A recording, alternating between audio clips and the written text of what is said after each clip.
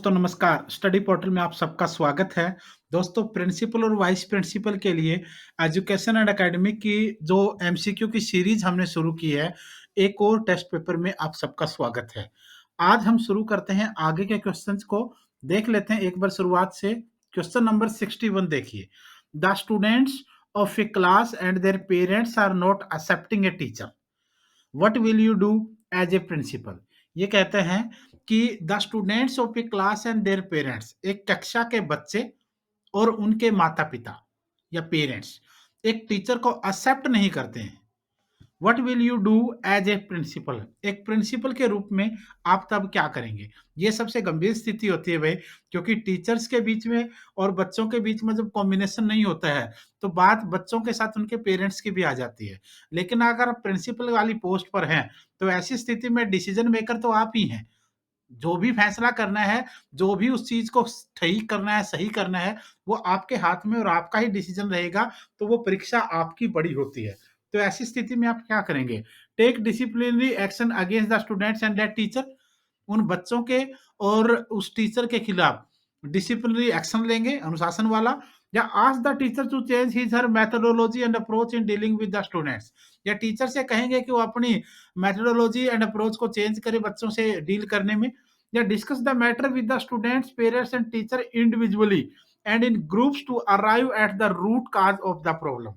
बच्चों से, पेरेंट्स से और टीचर से व्यक्तिगत रूप से बात करेंगे और ग्रुप में भी बात करेंगे, ताकि जो प्रॉब्लम का जो रूट काज है, जो जड़ है समस्या की, वो आपको पता चल जाए। उसके बाद आपको उसको सोल्व करने में एक सेकंड नहीं लगेगा।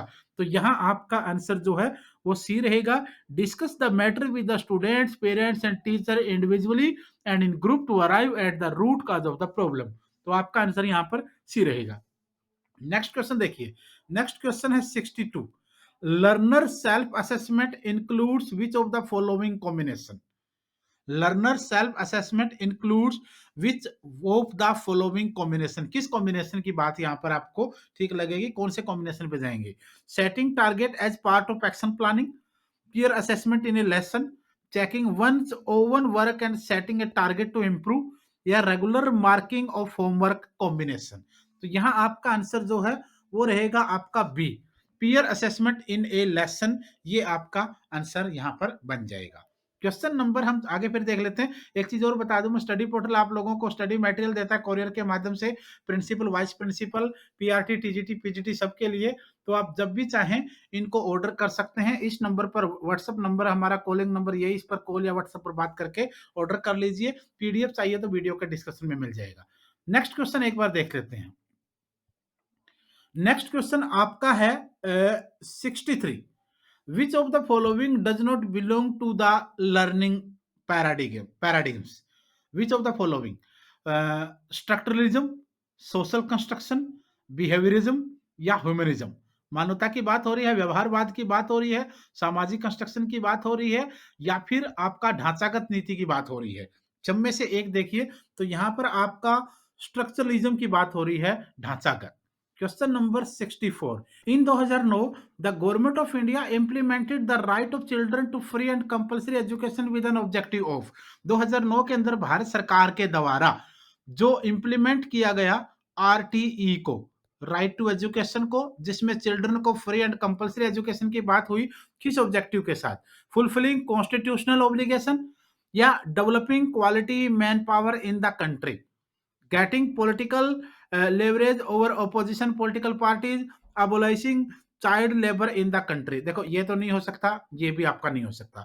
fulfilling constitutional obligation या developing quality manpower in the country. अब देखो इसमें आपका जो आंसर है वो आपका ए होना चाहिए, लेकिन कुछ जगह इसको बी भी दर्शाया गया है। तो मुझे लगता है कि इसमें आपका जो आंसर है वो ए रहेगा। Question number 65. Choose the best sequence that ensure educational right of the children at secondary school level। Secondary school level के ऊपर बच्चों के एजुकेशनल राइट को जो इंश्योर करता है, उसमें बेस्ट सीक्वेंस आपको चूज करना है। Making legal provision, strong monitoring system to check child right violation, conducting training programmes for teacher and principal on child right, या holding seminars conference and workshop on this issue. अब देखिए, number एक पर बात हो रही है कि मेकिंग लीगल प्रोविजन, जो लीगल प्रोविजन है वो बनाए जाए।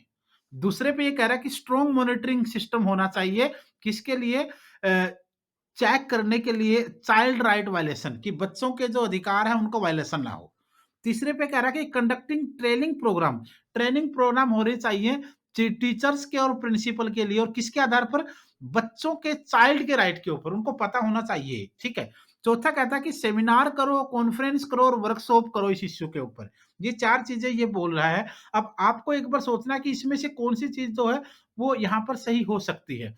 एक एक चीज को देखिएगा, क्योंकि कई बार क्वेश्चन ठीक लगते लगते भी आप लोग उसको गलत कर जाते हैं। अब देखो इसमें क्या रहेगा, ए बी सी डी मुझे चारों के चारों ठीक लग रहे हैं, क्योंकि सभी सभी का उद्देश्य एक ही है। लेकिन सीक्वेंस की अगर बात करेंगे तो सीक्वेंस आप कैसे बनाएंगे, सबसे पहले आएगा आपका ए, सबसे पहले आपका आएगा ए, लीगल प्रोविजन करेंगे तभी आगे की चीज आप कर पाएंगे।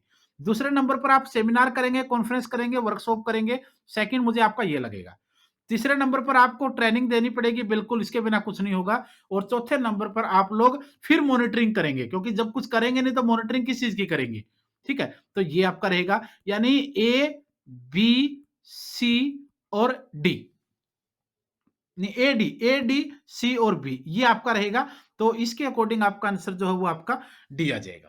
क्वेश्चन नंबर है आपका next 66, which of the following school principal will emerge as a good educational leader, which of the following school principals will emerge as a good educational leader, a very social person with pleasing habit, an experienced teacher having a degree in leadership from a top foreign university, या a throughout topper and a meritorious academician, या फिर a teacher whose class result are excellent, is a hard task master and yet popular among students teachers।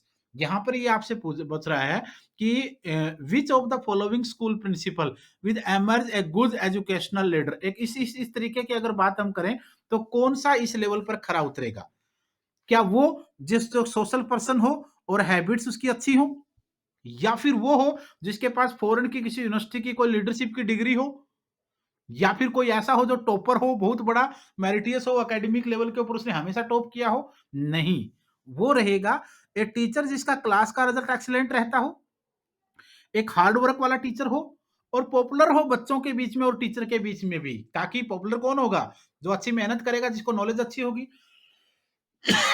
क्योंकि ज्ञान की knowledge होती है, अगर आप अपने सब्जेक्ट में परफेक्ट हैं, अगर आपको अपने सब्जेक्ट का बहुत कुछ आता है और बच्चों के सारे डाउट आप क्लियर करते हैं और आप अपने सब्जेक्ट के एक्सपर्ट हैं, तो बच्चे आपकी रिस्पेक्ट करेंगे। लेकिन अगर आपको अपने सब्जेक्ट में ही वीकनेस है तो कोई बच्चा आपकी रिस्पेक्ट नहीं करेगा, सामने से भला करे लेकिन पीछे से कोई रिस्पेक्ट नहीं करे। रिस्पेक्ट सिर्फ नॉलेज की है दोस्तों, और किसी चीज की कोई रिस्पेक्ट नहीं है।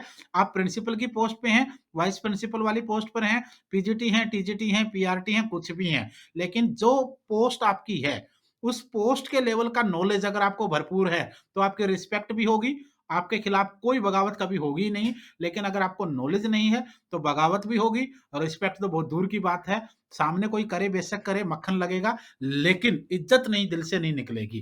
Question number 67, Gandhi ji was very much against the use of text book, Gandhi ji जो है वो टेक्स्ट बुक के यूज के बिल्कुल अगेंस्ट थे। The basic reason for this could have been, क्या रीजन इसका था ये आपको बताना है।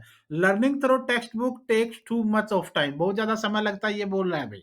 दूसरा, the text book act as a barrier in the development of creativity of both teacher and students, जो टीचर और स्टूडेंट्स है दोनों के बीच में वो बैरियर है, क्रिएटिविटी को डेवलप नहीं होने देता है। उसमें जो पढ़ा है वो आपने देखा, वो सीखा, पेपर दिया, अच्छा लिखा, मार्क्स आए, बात खत्म। नहीं, उससे जो क्रिएटिविटी डेवलप होनी चाहिए ना, वो उसमें बैरियर है, एक बाध्यता है, और ये दोनों में ही है, टीचर्स के लिए भी और बच्चों के लिए भी। तो ये आपका गांधी जी इसी वजह से कहते थे कि टेक्स्ट बुक यूज मत कीजिए, ठीक है। Question number 68, a lesson includes a plan of activity which supports a teacher, a lesson includes a plan of activity which support a teacher, कौन सी, आप देखिए एक एक ऑप्शन को देखने की कोशिश कीजिए।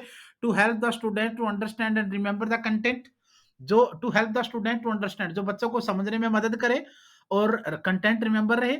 To provide practice guide guidance and feedback to the student, जो बच्चों को ये प्रैक्टिस गाइडेंस फीडबैक दे, प्रोवाइड करवाए। To guide the students what they should accomplish by completing the learning experience. तो आपका आंसर यहां पर सी हो जाएगा। Question number 69, which one of the following will prove to be a better principal?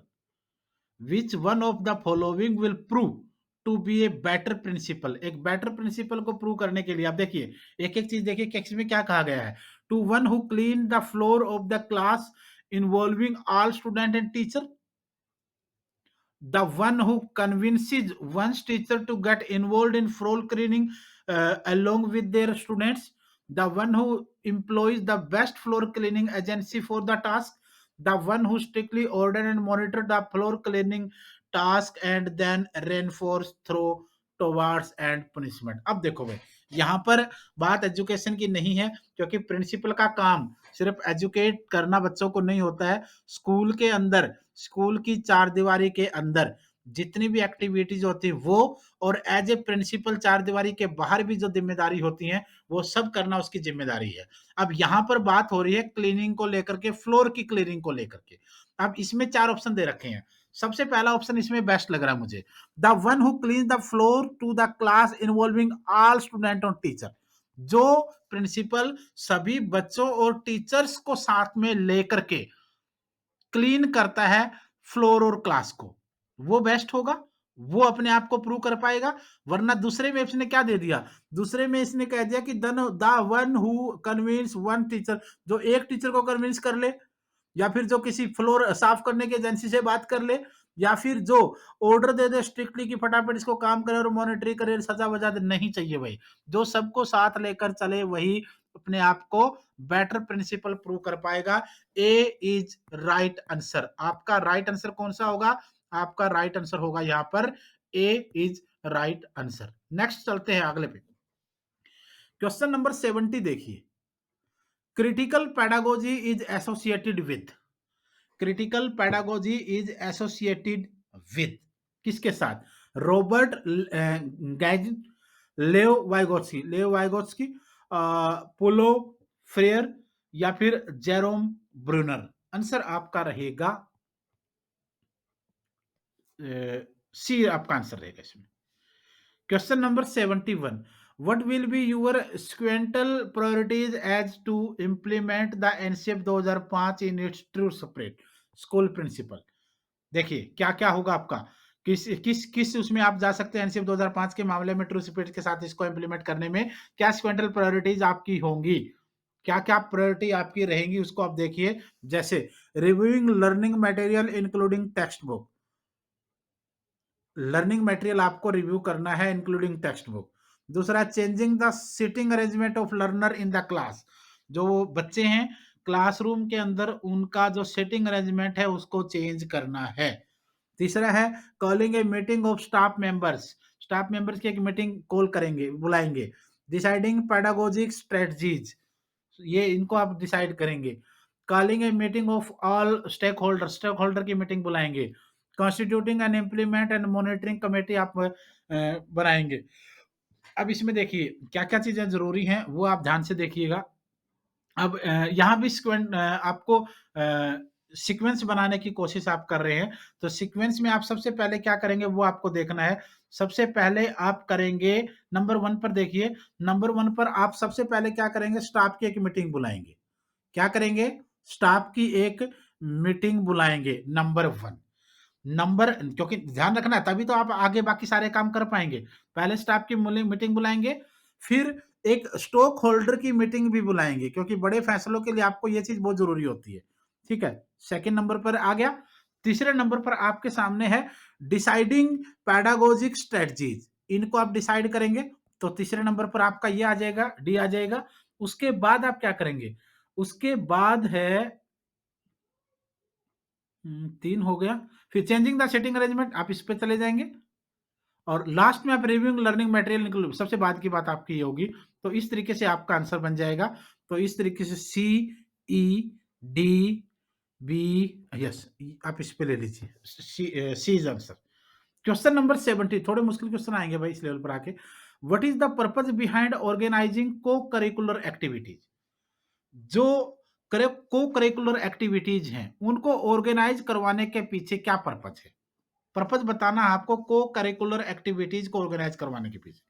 को curricular activities are part of curriculum only, ये सिर्फ curriculum का पार्ट है। Co curricular activities give a chance to school to get a name and fame प्राप्त करने के लिए एक चांस देता है। Co curricular activities help in overall development of learner, बच्चों के ओवरऑल डेवलपमेंट, ओवरऑल सब प्रकार का चहुमुखी बहुमुखी विकास करने में ये मदद करता है। तो आपका आंसर होगा यहां पर C. Question number 73, institutional planning means, institutional planning का मतलब आपसे पूछा जा रहा है creating institution based on plan goal, नहीं। Conducting SWOT analyze while planning at institutional level, no. Planning at institutional level on the basis of felt need and available resources, यही आपका institutional planning होती है। needs and available resources को देखते हुए आप institutional level पर planning करें। क्वेश्चन नंबर 74, खालिस्तान refer to higher order thinking which involve active control over the cognitive process engaged in learning, identify the process referred to, critical thinking नंबर एक, नंबर दो प्रॉब्लम सॉल्विंग, नंबर तीन प्रोसेस स्किल, और नंबर चार metacognition. Metacognition is your right answer, metacognition is right answer. तो आपका आंसर आ जाएगा यहां पर D. Question number 75, according to NCF 2005 the nature of knowledge is considered as, according to NCF 2005 the nature of knowledge is considered, nature of knowledge को किस तरीके से कंसिडर किया? डायनेमिक एंड रिलेटिव, नंबर एक, नंबर दो परमानेंट, नंबर तीन ओनली डायनामिक, नंबर चार ओनली रिलेटिव। आंसर आपका रहेगा dynamic and relative. According to NCF 2005 यानी एनसीएफ नेशनल करिकुलम फ्रेमवर्क 2005 के अकॉर्डिंग जो आपका नॉलेज है उसको डायनामिक एंड रिलेटिव कंसिडर किया गया है। Question number 76, which of the following subject will you lay emphasis on for betterment of your learners? English mathematics science, number दो computer and professional subject like commerce and tourism, number तीन social science humanities music and fine art, number चार all subject no subject is less important. ये right answer है भाई, सभी subject महत्वपूर्ण होते हैं भाई, कोई भी सब्जेक्ट कम महत्वपूर्ण नहीं होता है दूसरों से। Question number 77, the major responsibility of the counsellor in a secondary school is to, secondary school के अंदर जो काउंसलर की जो मेजर रिस्पॉन्सिबिलिटी होती है वो आपको बताना है। Counsellor solve the student many problems, बच्चों को आज के समय में हर प्रकार की परेशानियां हैं भाई, हर प्रकार की बच्चों की समस्याएं हैं। पहले बच्चों की समस्याएं सिर्फ एजुकेशन से रिलेटेड होती थी, और बाकी भी ऐसा भी नहीं कि पहले बिल्कुल और नहीं होती थी, बट उन तरफ ज्यादा ध्यान नहीं होता था, या फिर टीचर्स वगैरह उनको ऑटोमेटिकली सोल्व कर लेते थे। लेकिन आजकल थोड़ा सा मॉडर्न युग आ चुका है, बच्चे टीवी में, सीरियल में, मोबाइल में, और पेरेंट्स भी दोनों दोनों पेरेंट्स कई बार वर्किंग होते हैं, तो थोड़ा सा कंजस्टेड सा माहौल है, फैमिलीज भी छोटे हो चुके हैं, तो उस वजह से कई बार बच्चे है ना किसी चीज को दबा लेते हैं या मन में छुपा लेते हैं, या वो निकल नहीं पाती है। तो आज के युग में जब काउंसलर होने लगे हैं हर जगह, तो काउंसलर का सबसे मेन काम है कि बच्चों की सभी मेनी प्रॉब्लम्स को सोल्व करें।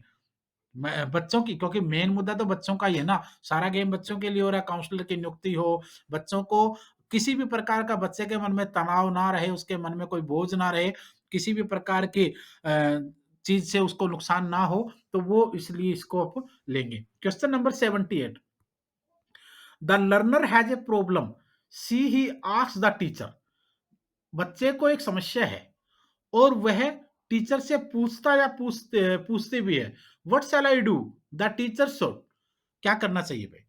Tell the learner the course of action to take after considering his her ability, tell the learner what he would do if he were in the same situation, या फिर ask the learner question which will develop the information needed for an intelligent decision. आप इसकी तरफ जा सकते हैं। Question number है आपका 79। Which of the following teaching procedure would tend to be least acceptable in a secondary school? सबसे कम कौन सा होगा, किसकी तरफ आप कम वो करेंगे? द पैनल डिस्कशन बेस्ट वो माना जाएगा, स्टूडेंट रिपोर्ट होगा, सुपरवाइज्ड स्टडी होगा, इंडिविजुअल रेसिटेशन आपका कम रहेगा। यहाँ पे आंसर आ जाएगा। क्वेश्चन नंबर आपका 80, 80वां question. The most important aspect of daily lesson plan is the, daily lesson plan का मोस्ट इंपॉर्टेंट एक्सपेक्ट आपको बताना है। सब्जेक्ट मैटर कंटेंट हो, असाइनमेंट हो, स्टेप ऑफ इवेल्युएशन हो या ऑब्जेक्टिव्स हो। ऑब्जेक्टिव्स आपका राइट आंसर होगा। आज के लिए इतना ही था, कल फिर मिलेंगे। धन्यवाद।